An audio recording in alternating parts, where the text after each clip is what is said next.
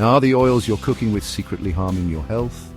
Seed oils are everywhere in our kitchens, restaurants, and processed foods. But could they be the hidden culprit behind inflammation, weight gain, and chronic disease?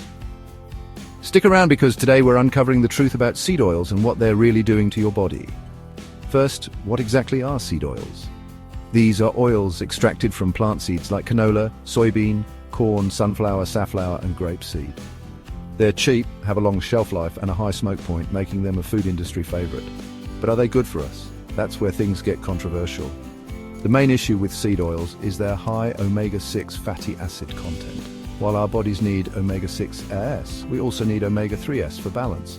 Unfortunately, modern diets are drowning in omega-6s while being deficient in omega-3s. This imbalance can lead to chronic inflammation, which is linked to heart disease, obesity, and even cognitive decline. But it doesn't stop there.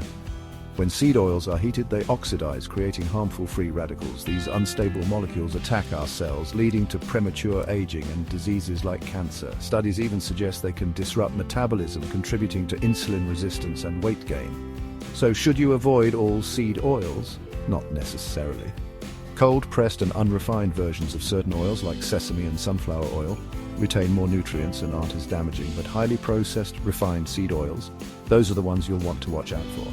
Now, if you're looking to make a change, here are some healthier alternatives to seed oils. Extra virgin olive oil for salads and low-heat cooking, avocado oil for high-heat cooking, coconut oil for metabolism support, and grass-fed butter or ghee for flavor and nutrition. Making small swaps like these can have a big impact on your health.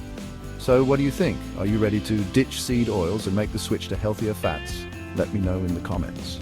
And if you found this video helpful, be sure to like, subscribe, and hit that notification bell so you never miss out on more health and wellness tips. See you in the next video. Subscribe for more health and wellness content.